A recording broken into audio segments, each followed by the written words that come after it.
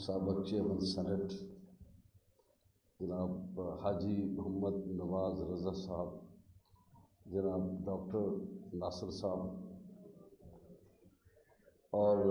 تمام معززین، میں نام شاید نہ لے سکوں سب کے، وقت کے ساتھ ساتھ نام شاید ذہن سے بھول جاتے ہیں، لیکن بہرحال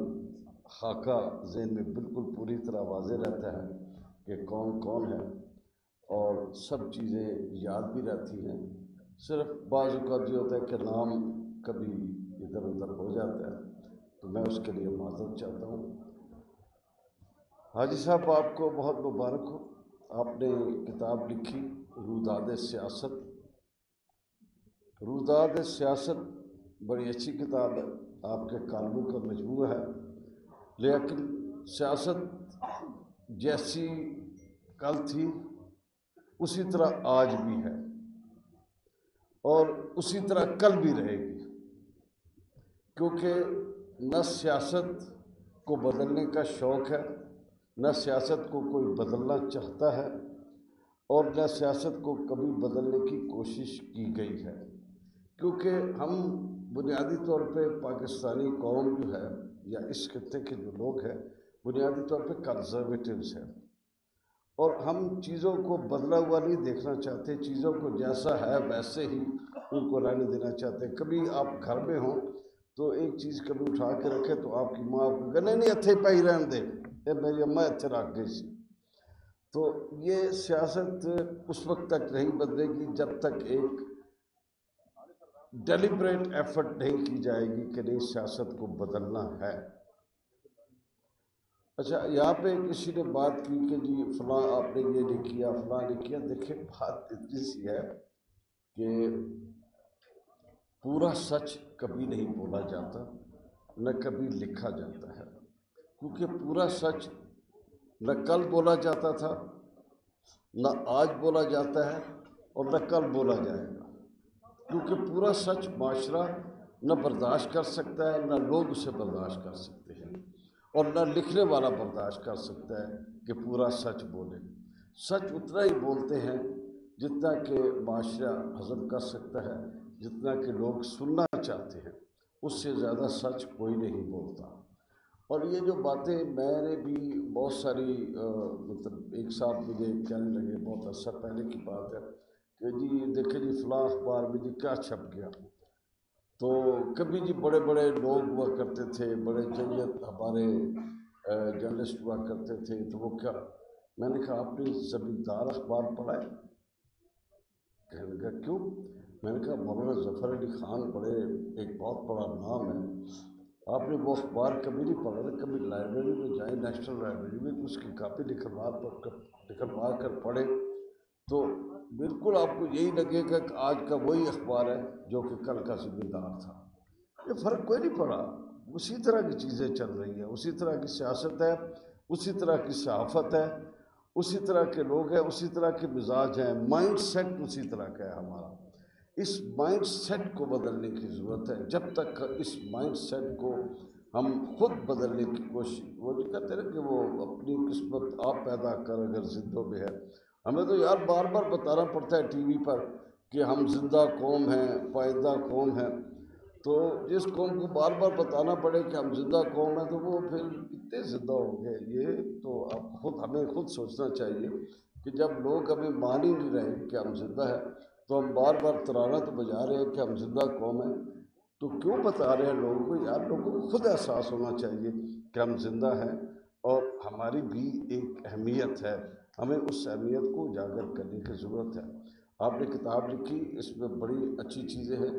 اور کچھ لوگوں کو شاید یہ اعتراض ہے کہ آپ ایک پرٹیکولر جماعت یا ایک پرٹیکولر اس پہ مائنڈ سیٹ کے تحت کتاب لکھتے ہیں۔ ان کو یہ نہیں بھولنا چاہیے کہ آپ کالم نوائے وقت میں لکھتے تھے، نوائے وقت کا اپنا ایک مائنڈ سیٹ تھا، اور اب تو خیر وہ مائنڈ سیٹ ان کا بھی بدل گیا شاید، تو اس مائنڈ سیٹ کے باہر آ کر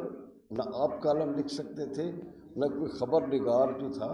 وہ خبر دے سکتا تھا، تو مائنڈ سیٹ کے مطابق چلنا پڑتا ہے، اس لیے ایسی کوئی بات نہیں ہے، تسی حوصلہ رکھو، آپ نے بہت اچھا لکھا ہے، جو لکھا ہے اچھا لکھا ہے اور بڑی محبت سے لکھا ہے، میں تو اس کو اپریشیٹ کر رہا ہوں۔ ہم اس وقت بھی کالم آپ کا پڑھتے تھے، آپ کا ہمارا تعلق جو ہے نوجوانی سے ہے، اور وقت کے ساتھ ساتھ آپ کے بھی بال سفید ہو گئے، میرے بھی بال سفید ہو گئے، تو لیکن آپ نے ہمیشہ ایک ثابت قدمی کے ساتھ صحافت کی ہے، اور کسی کو انوائے کیے بغیر، کسی کو ناراض کیے بغیر آپ نے پریس کانفرنس میں بڑے بڑے، مجھے یاد ہے، بڑے بڑے آپ نے تلخ سوالات بھی کیے اور بڑے بڑے تلخ آپ نے جوابات بھی سنے، اور بڑی بڑی تلخ باتیں بھی آپ نے کی، اور ان کے جواب میں بھی بڑی تلخ باتیں سنی، لیکن یہ سارا کچھ چلتا رہا، اس کے باوجود آپ کی ثابت قدمی جو ہے وہ یقینی طور پہ میں سمجھتا ہوں قابل تعریف ہے۔ اور باقی جو ہے یہ کہ کچھ لوگوں کو گلا ہے کہ جی کتابیں نہیں پڑھتے، فلاں نہیں پڑھتے، یہ وہ، بھائی ہمارے یہاں کتابیں پڑھنے کا رواج ہی نہیں ہے، اور کیونکہ کوئی کتاب نہیں پڑھتا۔ آپ کسی وزیر اعظم یا کسی بندے کو قلعہ کیوں دیتے ہیں کہ وہ کتاب نہیں پڑھتے؟ جب آپ خود کتاب نہیں پڑھتے تو وہ کیوں کتاب پڑھیں گے؟ ایک مزاج ہوتا ہے قوم کا، ہمارا مزاج ہی نہیں ہے کتابیں پڑھنے کا۔ ہم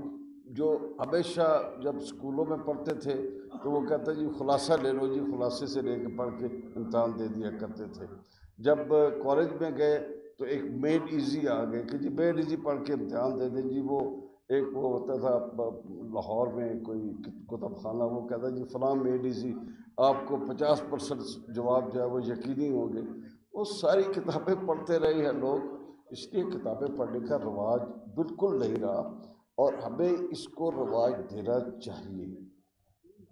اس کو رواج دینا چاہیے۔ اور میں ایک چیز کا اعتراف یقینی طور پہ ضرور کروں گا کہ دیکھیں بات یہ ہے کہ سول میں جب افسران آتے ہیں تو بنیادی طور پہ وہ پہلے کمپٹیشن کے لیے بڑی تیاری کرتے ہیں، بہت ادھر پڑھ، یہ پڑھ، وہ کر،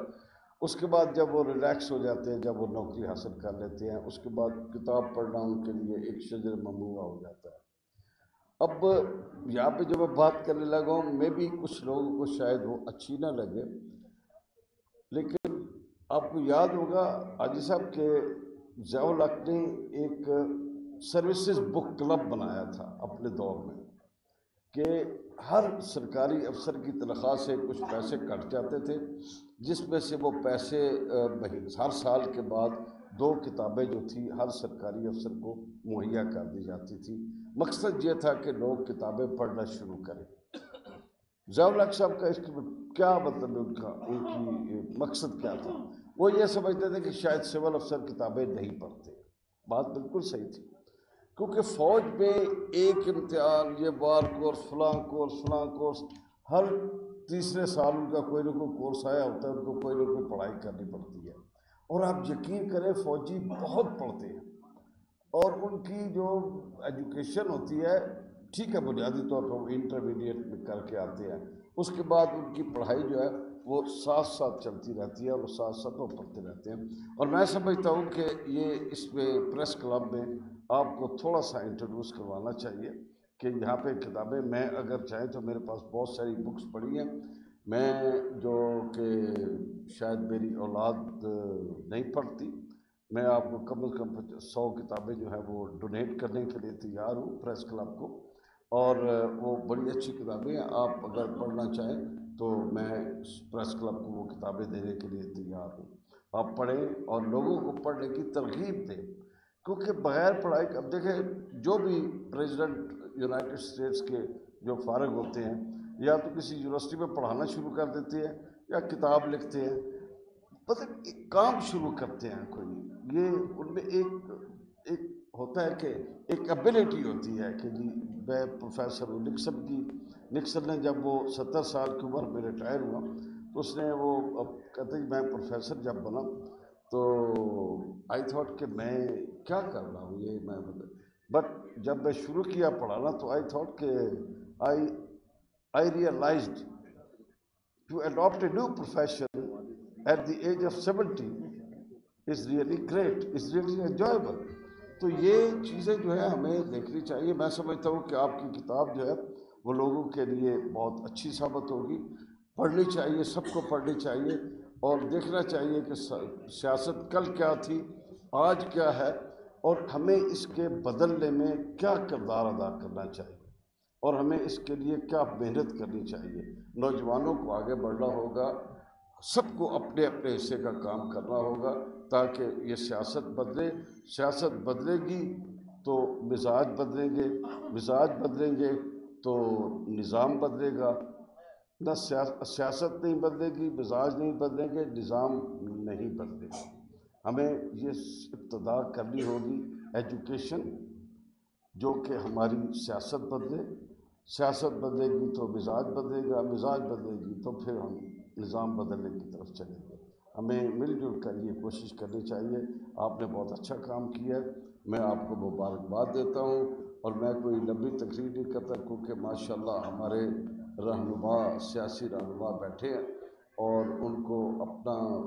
جو ہے وہ تقریر کرنی ہے. اور مجھ سے زیادہ وہ ماشاءاللہ دانشور ہیں، مجھ سے زیادہ پڑھے لکھے ہیں، مجھ سے زیادہ بہتر اہلیت رکھتے ہیں. تو میں آپ سے اجازت چاہتا ہوں. بہت شکریہ. السلام علیکم.